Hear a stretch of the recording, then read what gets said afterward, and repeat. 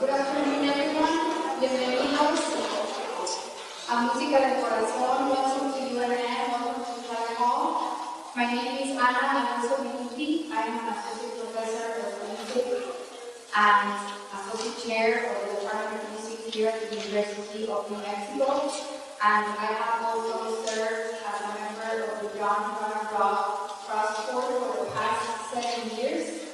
I am delighted to be here today to facilitate this roundtable discussion in anticipation of an event that has been over a year in the making.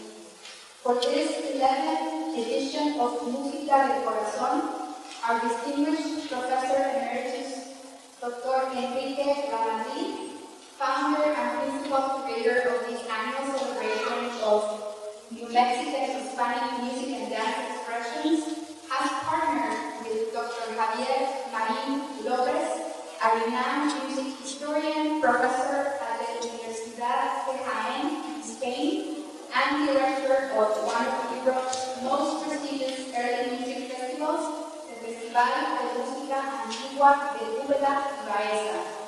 So over the past year, these two exceptional scholars who I admire very much have worked closely together to curate an extraordinary and historic program which will be performed today. After hundreds of emails and numerous Zoom meetings, it's truly a pleasure for the three of us to finally come together in person and share with you a glimpse of what has been an incredible, enriching process of learning and collaboration. So, thank you.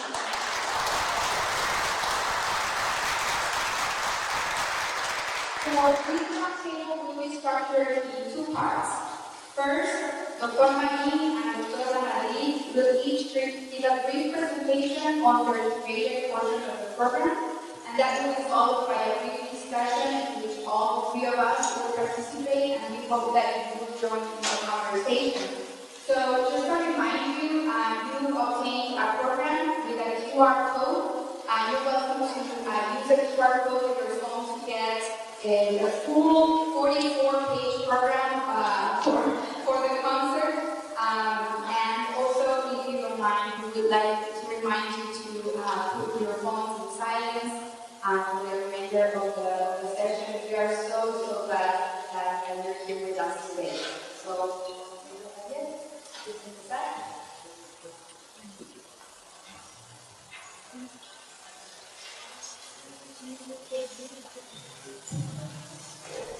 Buenas tardes. Good afternoon and welcome to our 2024 Música del Corazón. The first half of this Música del Corazón concert offers an exploration of Catholic sacred choral music that accompanies ceremonies, processions, and liturgical acts along the Camino Real de Tierra Adentro from the 16th to the 20th century. Sacred music resonated daily from the great stone convents and cathedrals of this day to the humble adult missions and chapels of New Mexico. During the great 1680 Pueblo Revolt, Catholic churches were destroyed in the Northlands, along with all traces of the musical repertoires. However, evidence found along the route shows that music played a constant vibrant role in the Camino Real's liturgical calendar. This is the first time a concert of this nature has been programmed. Some imaginary reconstruction of Catholic repertoires alongside the Camino Real from Mexico City to Santa Fe over 3 centuries. This section of the program doesn't feature indigenous repertoires as they went to serve in written form. We hope that future iterations of Música del Corazón will center on exploring the impact of the Camino Real on indigenous musical expressions.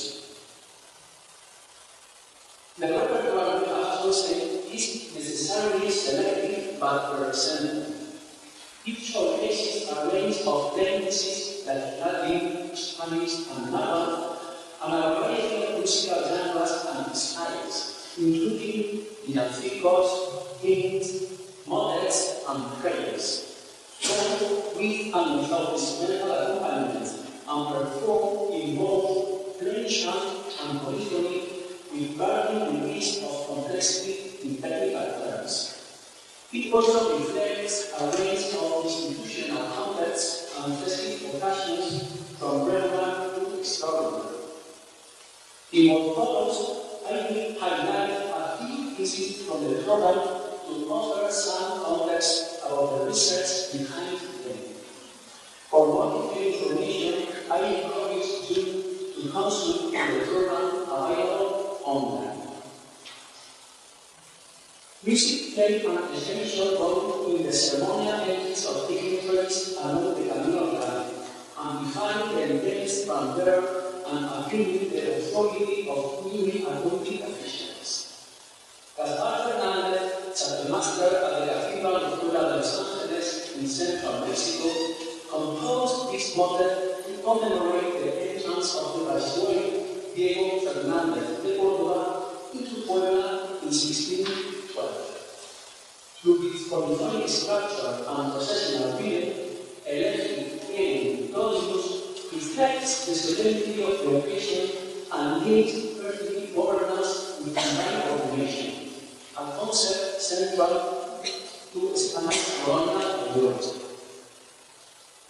In Franciscan missions, the daily teaching of Christian doctrine included foundational prayers like the Our Father or Padre Nuestro, integral to the evangelization process. This four-voice setting coming from the California missions demonstrates how music was used to aid memory, especially among communities with limited literacy. This piece sounds the simplicity and beauty with his music helps convey the four tenets of faith, creating a personal connection between believers and the divine. El Cálitas Trascendente is dedicated to Saint Peter Nolasco, founder of the Rosarian Order, and is preserved in a partially damaged choir book held in Santa Fe's Museum of International Folk Art. This book originated from an Ifer convent in Antigua, Guatemala, at the southern end of the Camino Real. Music is in plain chant or canto organ, and consists on single melodic line, embodying the official musical style of the Roman Catholic Church. Although the Rosarians were less prominent than Franciscan or Jesuits in the area, this chant reflects the ideas of the order: charity, humility, and the rescue of captives. The legacy of captive rescue is integral to Mexican identity, personified by Mexicanos, a class of decolonized, Hispanicized indigenous people originally held as captives and slaves. The Corpus Christi celebrates the real presence of Christ in the Eucharist and was one of the most important Catholic celebrations in the Camino Real, serving as a powerful tool for evangelization. The festivities included processions through the streets and plazas, with the Blessed Sacrament carried under a canopy and accompanied by clergy, soldiers, and local dignitaries. Music played a central role in these processions, in particular during the stops or estaciones. Audiovisual Credits features graceful melodies and captures the solemnity and joy of the Eucharistic devotions. Based on the number of copies preserved in several archives, this film was one of the most central pieces in the Franciscan repertoire in California and probably in New Mexico missions. In 1590, 400 Tlaxcalteca families with more than 900 settlers migrated north along the Camino Real de Tierra Madrid, contributing to Spanish colonial expansion in the 17th century. Some settled in Santa Fe's barrio Granada, centered around the San Miguel chapel, established in 1610 as the oldest Catholic church in the U.S. The Pastorela brought with them the map of language and also the musical practices, which are well documented in central Mexico, as we see in this example from the Rodrigo Sierra Festival. This unique villancico, which blends Nahuatl and Spanish, was composed by Fernández for Christmas in 1611.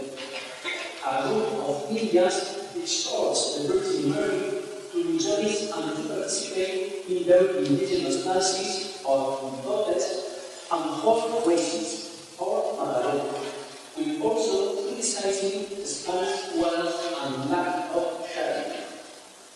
The piece reflects the mestizo culture that emerged along the Camino Real, where native and Spanish elements coexisted and fused into new mestizo expressions of great complexity. La Gran Pastorela, or Los Pastores, is an activity play representative of popular religiosity of Mexico that combines music, theater, and dance in a unique form of religious storytelling. Originally depicting the shepherds' journey to see Jesus in Bethlehem as per the Gospel of the Luke, this tradition has evolved to include characters like the angel and the devil, symbolizing moral struggle. Local Spanish folk music and traditional costumes enhance his nominal appeal. In 1954, former UN John Donald Roth composed a choral cantata based on Los Pastores. One of his movements is a la rue a la main, a lullaby with a repetitive refrain to loud shake Jesus to sleep. The piece involves a sense of intimacy and tenderness and offers a window into Mexican popular religiosity. A la rue a la main is much more than a lullaby or a hymn. It is a living testament to the adaptability and endurance of New Mexican Christmas traditions, blending theatrical storytelling with heartfelt devotion. We will listen today in a special arrangement for 4 voices prepared specifically for this concert.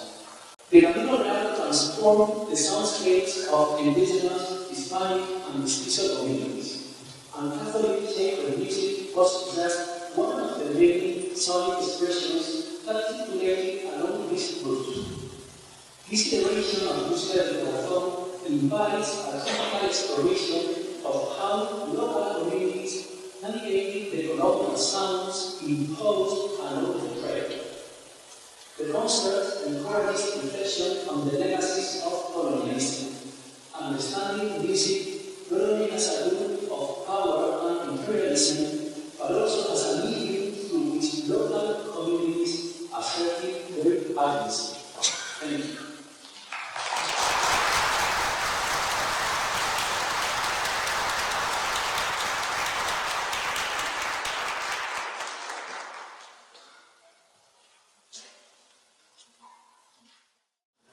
Okay. Wanted to direct your attention to the portrait we have here of Jerónimo de Aliseda. For 200 years in what we call these mountains, a series of more than 9 villages, going all the way to Manzano in the south and Golden and San Pedro in the north. There's been danza going on. The tradition of danza is much older than that. This is just our local hometown version of it. These mountains, they're settled There was no luxury of manuscripts, or paper was scarce. People depended on direct transmission of the culture, of the choreography, of the music. And that's why these lines of transmission are so honored here today, present with the families of and descendants, many descendants of Mr. Garcia. For the very first time since 1949, here is a little sample of a recording that John E. Robb made on June 13, 1949. Thereafter, and this one is the photo. You can hear in the music how the bull is charging and how the Malinche is taunting him, the abuelos are taunting. You can actually hear it. This music fascinated Professor Robb.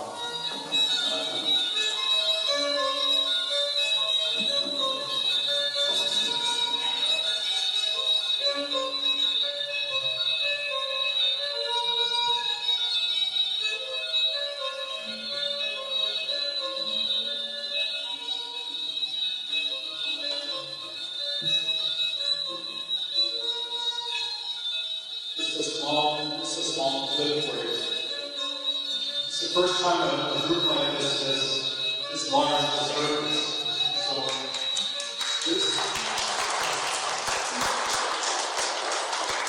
gives us an insight into this transmission process that's been happening. And there's another photo of Yokio. There's his great-grandson, Sacramental, who's in the back there. He's the current monarch who makes all of this happen. And it is amazing how similar the melodies are, how dutifully they've been passed down. And so, what do we do with our lives? These are the questions that come up. How do they serve us in performance and scholarship? We have an archive, an archive.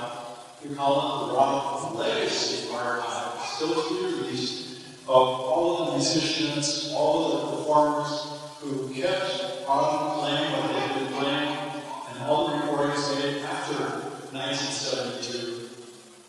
And Professor D. Robb's last report. So, in this transmission project, I don't even know the name of this little band in the middle. He has guitar up there, and ensemble, he has stuff here, there's Lopez group, and Faustino, wow. Everybody calls him Eddie, but Faust, just think of those classic names, no? And so, how do we make this happen? I have heard some of these recordings for the first time, and you'd be amazed at how faithful the transmission process has been. And there, of course, is Axel, today's Malinche, and Javier, her uncle, is also going to be present. So, this is not some kind of mythical, timeless tradition that exists out there in the enduring reign of realms out there in space. What am I trying to say? No, this is a very contextualized tradition that is in line with what's going on politically. The Acequias, as we know, are in trouble. There's a drought on the land. And so the Matachines from these mountains come down to the valley. Every step they take brings blessings to this valley. And they come, as they come today, to bless this place and give you an idea of what they do. Here they are at the Bendiciones Aguas.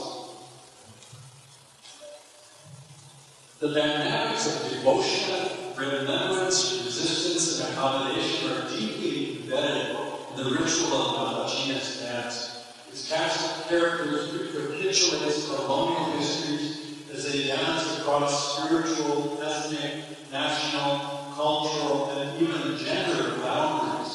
No other tradition expresses the complexity and depth of cultural relations in New Spain and Greater Mexico with more eloquence and grace than the Matachines. A sumptuous feast of signification is offered up through choreography, costume, gesture, and music, which all resonate between the sacred and the burlesque, as we can see with the Eguria. This is the ensayo. This is what you have to go to a fiesta to see. We're going to see just some segments of the danza, the ensayo. You have to.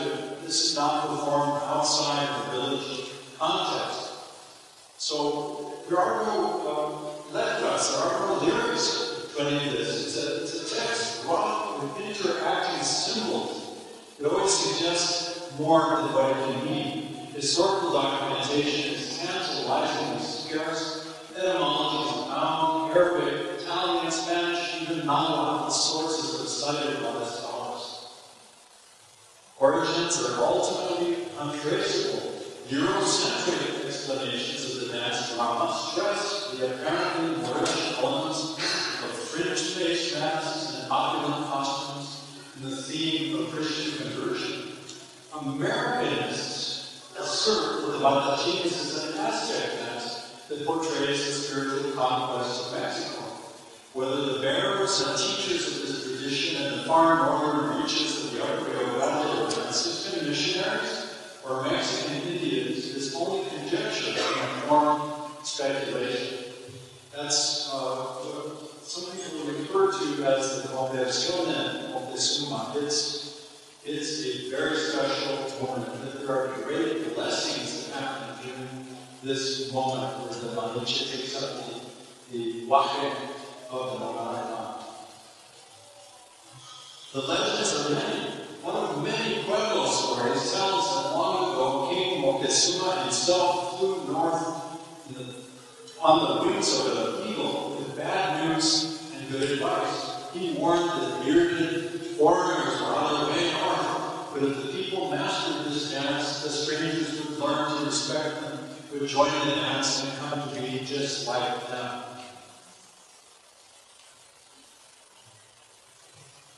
One of many Spanish stories tells that an alliance based on the sharing of the Matachines dance with Pueblos in the Bernalillo area saved the community of Spanish Mexican settlers from destruction in 1680. On the eve of the Great Pueblo Revolt, Tiwa and Guest people warned their neighbors of the dangers at hand, and they escaped with their lives. San Lorenzo is credited with this miracle, and a collective vow to honor him is celebrated yearly with this dance. Diego de Vargas made the original promesa that this is the feast of the bicentennial of the Reconquest, 1492. 1692 is the residence of it, and it's been performed in Bernalillo since 1692.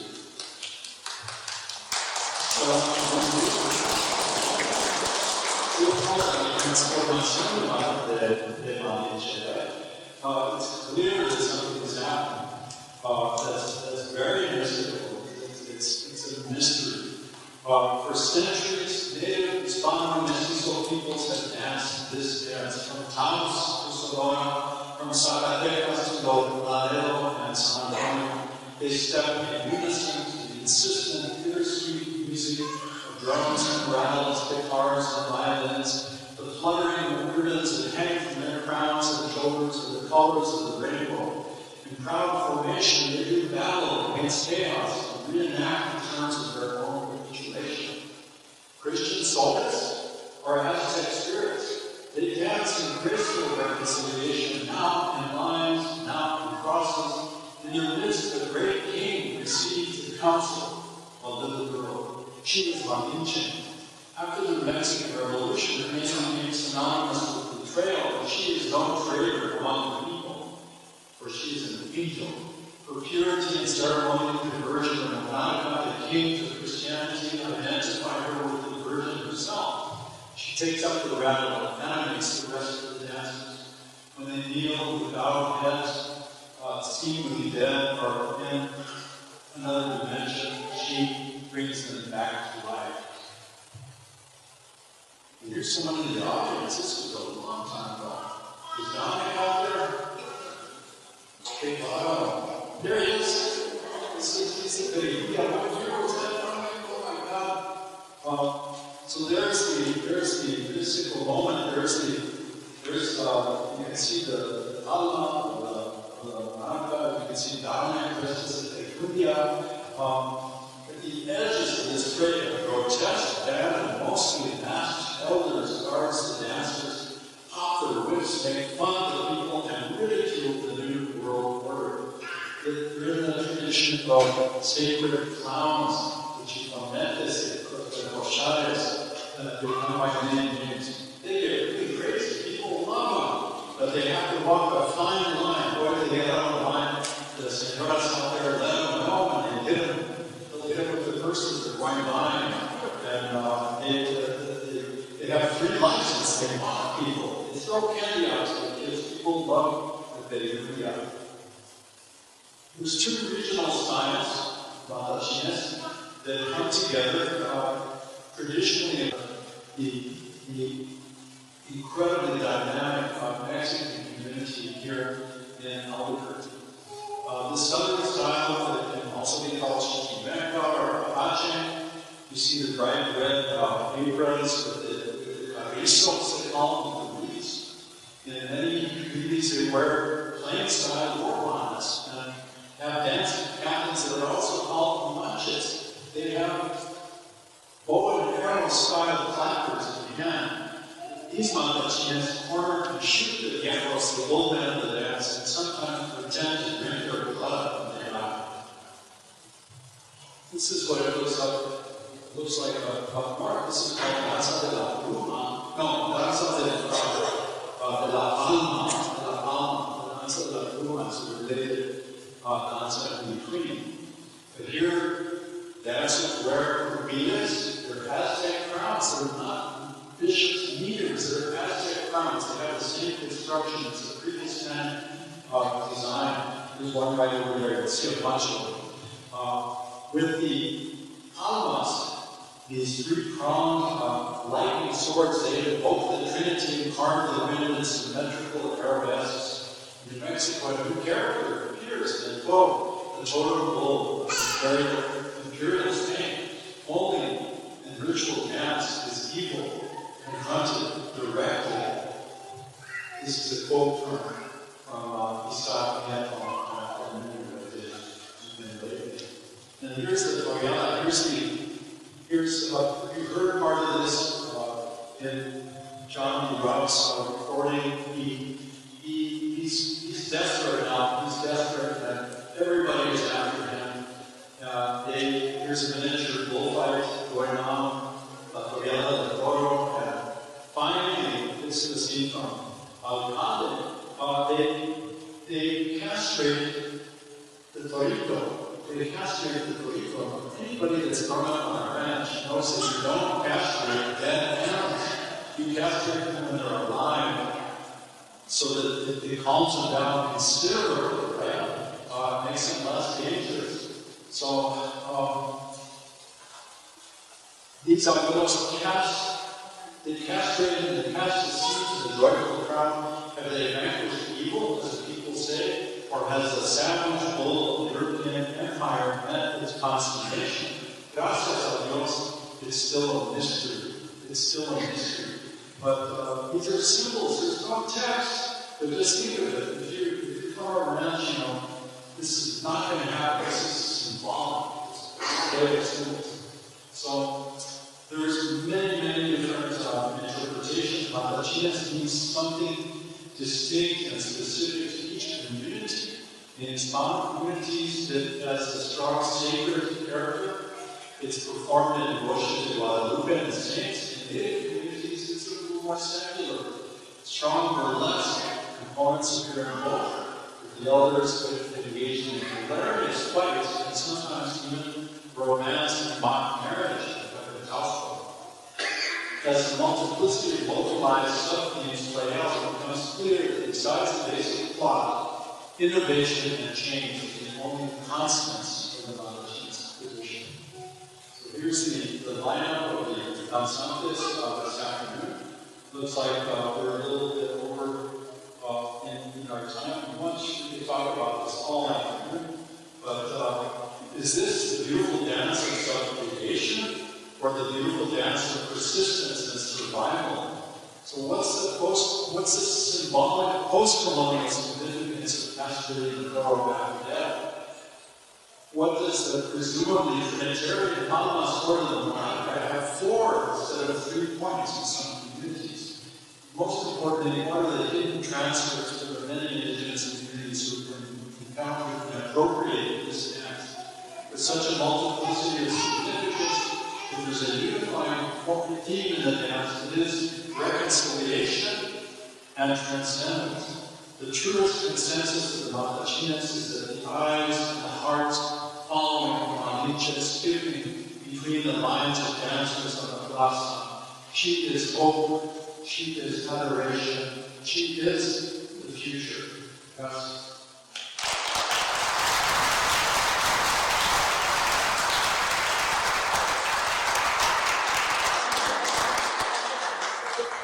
Marín, gracias profesor Marín-López. Tenemos pocos minutos, a few minutes left, but just to keep the conversation going, I actually would like to ask each of you a different question because we don't have time for you both to answer. But Dr. Marín, I know that you have done research in Mexico earlier this year, and I want to ask you, what are the challenges of doing research into music and dance traditions of New Mexico, basically from the 1600s into the present? Okay. So if you call the question, I think that all these challenges can be summarized in one word: to existing connections. So you have to establish connections in different levels. The first one is the connection with the archives, because the study of history of the Camino Real, of course, we have to study archives, oral archives here in Albuquerque and Mexico, but most of the documents and the sources are outside in Mexico. Some of them are in other places in the US, but most of them are in Mexico City and in the States. So what we call these pieces of evidence from different places and from different countries. This is one important issue. And the second one is that unfortunately in Mexico we have involved musical sources. Of course, from Christian or from music from the colonial period. And for that reason, we also need the Camino, because some of the repertoires in Mexico were served with the repertoire in other places in the Camino, and in these other places we have seen the music. So we have to visit these other archives like the cathedral, the cathedral of Carreras, and many other places along the Camino that still preserve repertoires that were also performed here in Mexico.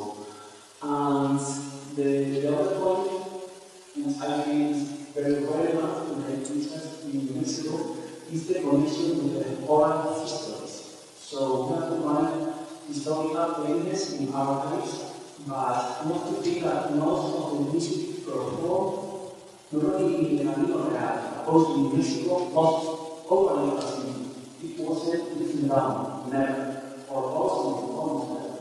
So some of these traditions are still preserved by oral evidence. So we have to find historical evidence, and we are also to work the field work and these oral traditions, and to connect all these pieces of evidence in different countries and in different formats of preservation. So it's a really a big challenge from theological and also from a theological point of view. Yeah, thank you. It's interesting to understand the Camino Real as some sort of cultural lifeline connecting this region, which is different from the rest of the world, and how the archival work and oral history work somewhat nowadays in this Camino.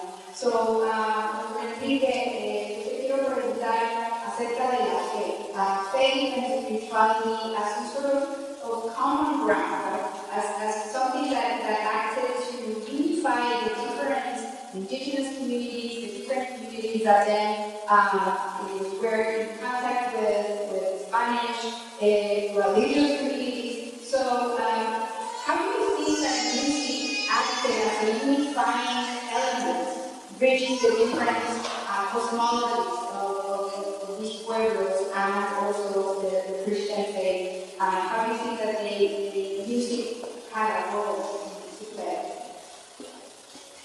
Music had a central role in all of this, and people in the villas, people in the Hispano settlements, didn't get much fancy music, they didn't get much fancy architecture or religious art. The government poured all of its resources into the pueblos. We had magnificent stone churches in Colonial, in Adobe, in Pecos, and travelers would just remark how amazing the choral music was in those sound spaces, right? And so this is all part of the strategy of the counter-reformation. We've got to finance all of the best artists and musicians and architects and just gain some territory back. And of course, in the huge expansion of the Spanish Empire, we have the first global economy. Who's in charge of the ideology of this global economy? Well, the church ends up being the ideology. So you have to understand it in those terms. If you look at neoliberalism and the second, what was supposed to be the second big world economy, who did the ideology department in our time? The World Bank, the International Monetary Fund. And so these same duties were being done by the church back then. But you can follow commentators that have said things like, well, capitalism is built on the foundation of Protestant work ethic. But then some of our own scholars have come back and said, you know what, capitalism was also built on the routes of pilgrimage and the routes of trade and pilgrimage and all of the saints' devotions that we talk about. We have the same constellation of saints all up and down the Camino Real, including the Señor de Marín-López, Dolores, Guadalupe, Santo Niño, San Lorenzo, San Isidro, all of them are celebrated here and all throughout northern Mexico. Gracias, Santa Ana.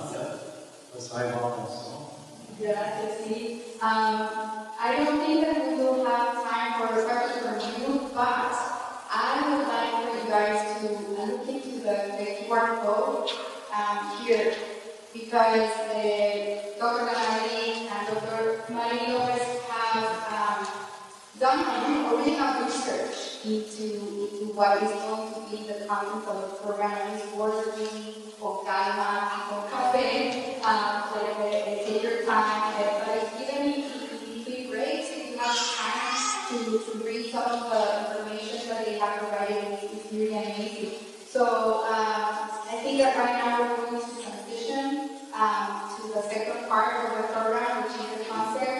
Don't go far because apparently seats are filling, so save your seats, and Lisa might have some announcements. Thank you. First, guys.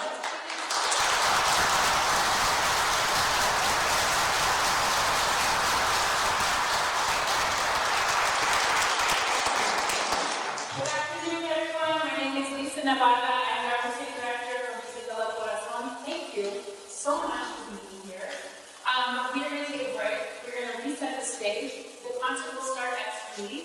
And we ask that you do us a favor and move yourselves in a little bit. We have a lot more folks coming in. So if you would like to continue to have your seat, you should. You are here. So, but if we ask that you just come, move in a little bit, and move your coats or whatever you like, to make sure that you have your seat when you come back in. You take a little break to stretch your legs outside, okay? So please do that, and so appreciate it. So thank you so much, and get ready. We're going to have a music show.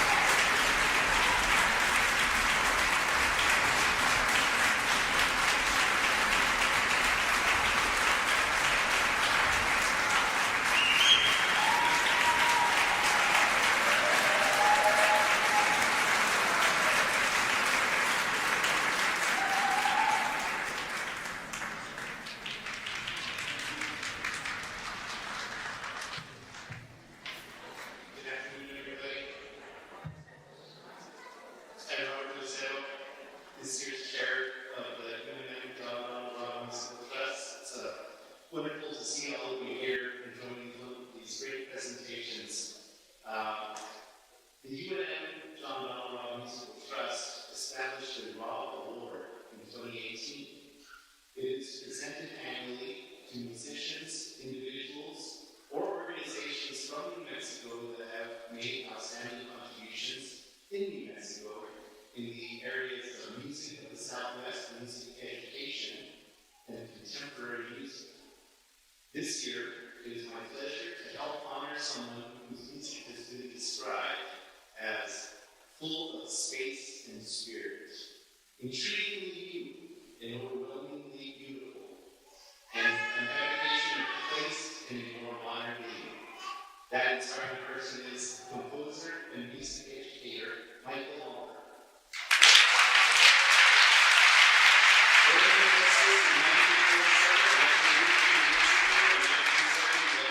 For the light, the space, and the timelessness. That year, he met John Donald, with whom he worked to develop the New Mexico Composer's Guild.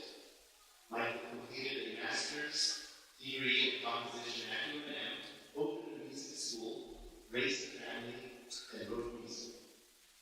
Michael's catalog contains over 90 works, from chamber, orchestral, and choral music to works for harp, organ, guitar, and piano. His music is accessible yet distinctive and memorable. It often portrays the power and magic of the rugged beauty and ancient cultures of his adopted state of New Mexico.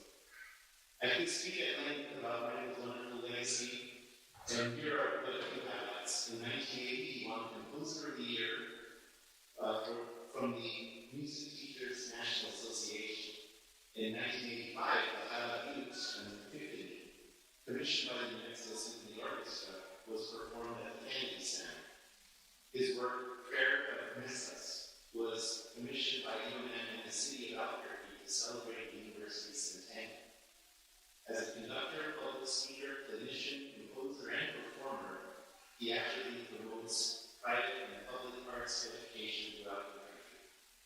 Michael has also been an advocate for the rights of children, holding that discipline is more than repression, and that society is mediated when children and young people are treated with respect and allowed to participate in choices regarding their own minds, bodies, and spirits.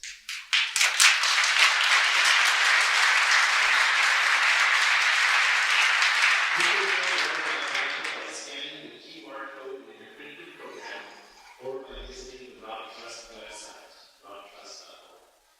It is my distinct honor to present the 2024 Rock Award to Michael Hall. Congratulations.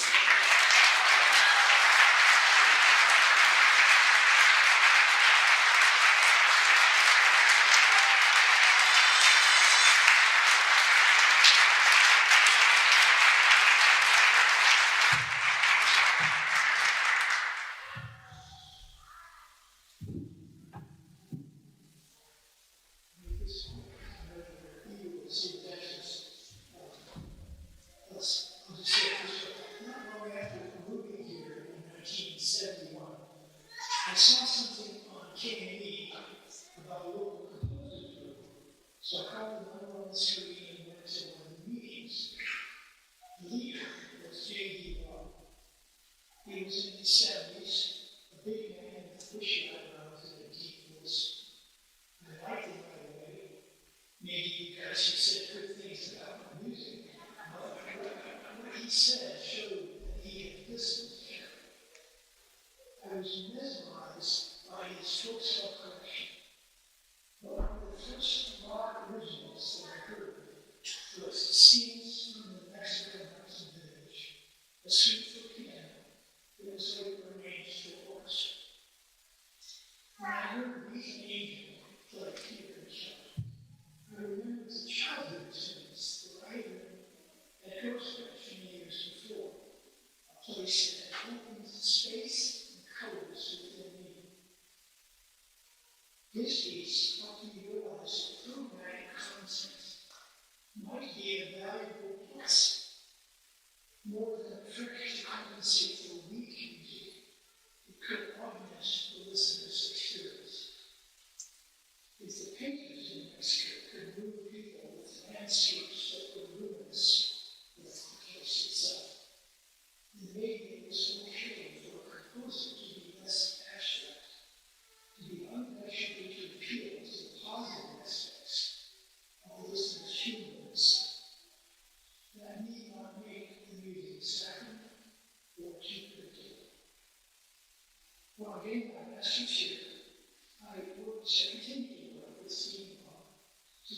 statewide composing guild. We flourished, and we had a few concert series of works here in Keller and statewide tours. After I became more involved with my own family and my composing and teaching, and after I was passing, the guild dwindled. But I'll be forever grateful for the years I spent working with him and other local composers. One cannot put a price on such experiences. Thank you so much.